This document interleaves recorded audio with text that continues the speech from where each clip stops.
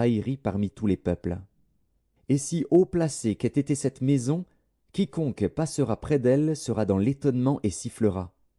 On dira, pourquoi l'Éternel a-t-il ainsi traité ce pays et cette maison? Et l'on répondra, parce qu'ils ont abandonné l'Éternel, leur Dieu, qui a fait sortir leur père du pays d'Égypte, parce qu'ils se sont attachés à d'autres dieux, se sont prosternés devant eux et les ont servis. Voilà pourquoi l'Éternel a fait venir sur eux tous ces maux. Au bout de 20 ans, Salomon avait bâti les 2 maisons, la maison de l'Éternel et la maison du roi. Alors, comme Hiram, roi de Tyr, avait fourni à Salomon des bois de cèdre et des bois de cyprès, et de l'or, autant qu'il en voulut, le roi Salomon donna à Hiram 20 villes dans le pays de Galilée. Hiram sortit de Tyr pour voir les villes que lui donnait Salomon. Mais elles ne lui plurent point, et il dit, « Quelle ville m'as-tu donnée là, mon frère ?» Et il les appela pays de Kabul, nom qu'elles ont conservé jusqu'à ce jour. Hiram avait envoyé au roi 120 talents d'or. Voici ce qui concerne les hommes de corvée que leva le roi Salomon pour bâtir la maison de l'Éternel et sa propre maison, Mio, et le mur de Jérusalem, Hatzor, Megiddo et Gézer. Pharaon, roi d'Égypte, était venu s'emparer de Gézer, l'avait incendié et avait tué les Cananéens qui habitaient dans la ville. Puis il l'avait donnée pour dot à sa fille, femme de Salomon. Et Salomon bâtit Gézer, Beth-Horon la basse, Baalat et Tadmor, au désert dans le pays, toutes les villes servant de magasins et lui appartenant, les villes pour les chars, les villes pour la cavalerie, et tout ce qu'il plut à Salomon de bâtir à Jérusalem, au Liban, et dans tout le pays dont il était le souverain. Tout le peuple qui était resté des Amoréens, des Hétiens, des Phéréziens, des Héviens et des Jébusiens, ne faisant point partie des enfants d'Israël, leurs descendants qui étaient restés après eux dans le pays et que les enfants d'Israël n'avaient pu dévouer par interdit, Salomon les leva comme esclaves de corvée, ce qu'ils ont été jusqu'à ce jour. Mais Salomon n'employa point comme esclaves les enfants d'Israël, car ils étaient des hommes de guerre, ses serviteurs, ses chefs, ses officiers, les commandants de ses chars et de sa cavalerie. Les chefs préposés par Salomon sur les travaux étaient au nombre de 550, chargés de surveiller les ouvriers. La fille de Pharaon monta de la cité de David dans sa maison que Salomon lui avait construite. Ce fut alors qu'il bâtit Mio.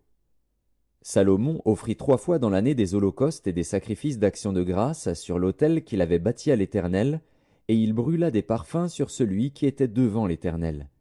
Et il acheva la maison. Le roi Salomon construisit des navires à Etzjon-Guéber, près d'Élot, sur les bords de la mer Rouge, dans le pays d'Édom. Et Hiram envoya sur ces navires, auprès des serviteurs de Salomon, ses propres serviteurs, des matelots connaissant la mer. Ils allèrent à Ophir, et ils y prirent de l'or, 420 talents, qu'ils apportèrent au roi Salomon. 2 Rois, chapitre 1. Moab se révolta contre Israël après la mort d'Akab. Or Akazia tomba par le treillis de sa chambre haute à Samarie, et il en fut malade. Il fit partir des messagers et leur dit, « Allez, consultez Baal-Zébub, dieu d'Écron, pour savoir si je guérirai de cette maladie. » Mais l'ange de l'Éternel dit à Élie, le Tishbite, « Lève-toi, monte à la rencontre des messagers du roi de Samarie, et dis-leur, « Est-ce parce qu'il n'y a point de Dieu en Israël que vous allez consulter Baal-Zébub, dieu d'Écron? C'est pourquoi ainsi parle l'Éternel, tu ne descendras pas du lit sur lequel tu es monté, car tu mourras. » Et Élie s'en alla. Les messagers retournèrent auprès d'Akazia, et il leur dit, « Pourquoi revenez-vous » Ils lui répondirent, « Un homme est monté à notre rencontre, et nous a dit, « Allez, retournez vers le roi qui vous a envoyé, et dites-lui, « Ainsi parle l'Éternel, est-ce parce qu'il n'y a point de Dieu en Israël que tu envoies consulter Baal-Zébub, dieu d'Écron? C'est pourquoi tu ne descendras pas du lit sur lequel tu es monté, car tu mourras. » Akazia leur dit, « Quel air avait l'homme qui est monté à votre rencontre et qui vous a dit ces paroles ?» Ils lui répondirent, C'était un homme vêtu de poils et ayant une ceinture de cuir autour des reins. Et Akazia dit, c'est Élie, le Tishbite. Il envoya vers lui un chef de 50 avec ses 50 hommes. Ce chef monta auprès d'Élie, qui était assis sur le sommet de la montagne, et il lui dit, Homme de Dieu, le roi a dit, descends. Élie répondit au chef de 50, Si je suis un homme de Dieu, que le feu descende du ciel et te consume, toi et tes 50 hommes.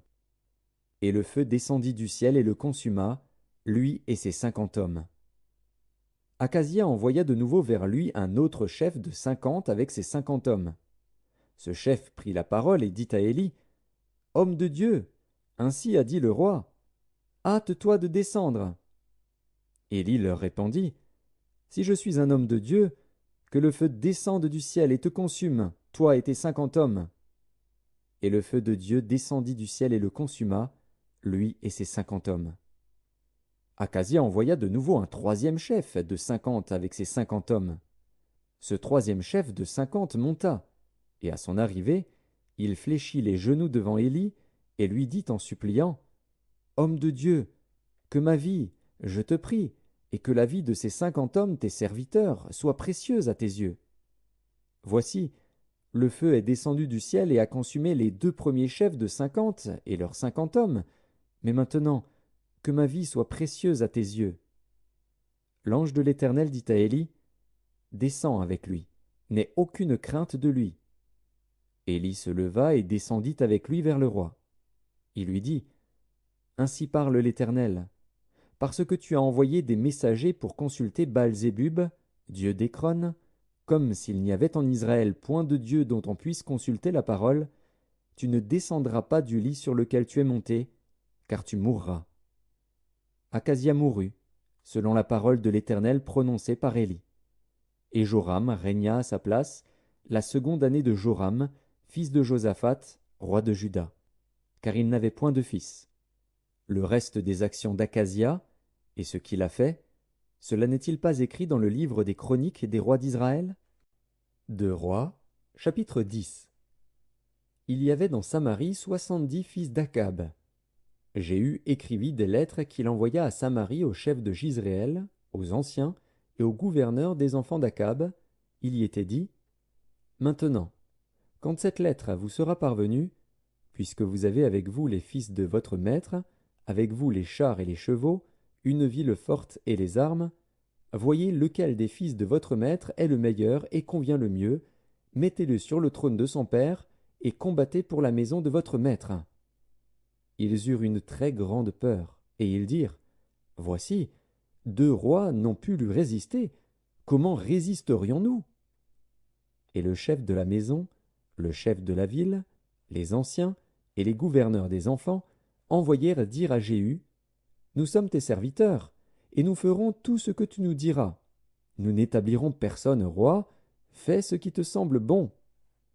Jéhu leur écrivit une seconde lettre où il était dit, Si vous êtes à moi et si vous obéissez à ma voix, prenez les têtes de ces hommes, fils de votre maître, et venez auprès de moi demain à 7 heures à Jizréel.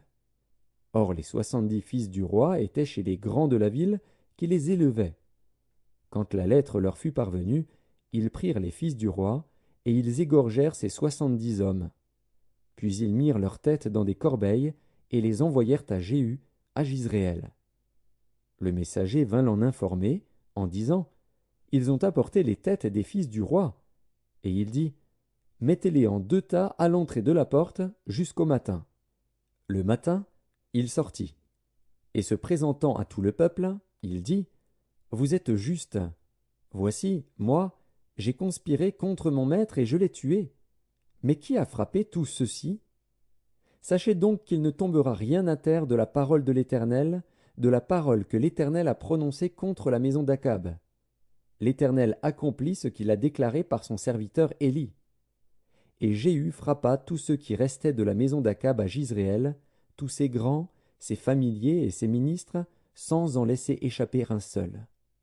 Puis il se leva et partit pour aller à Samarie.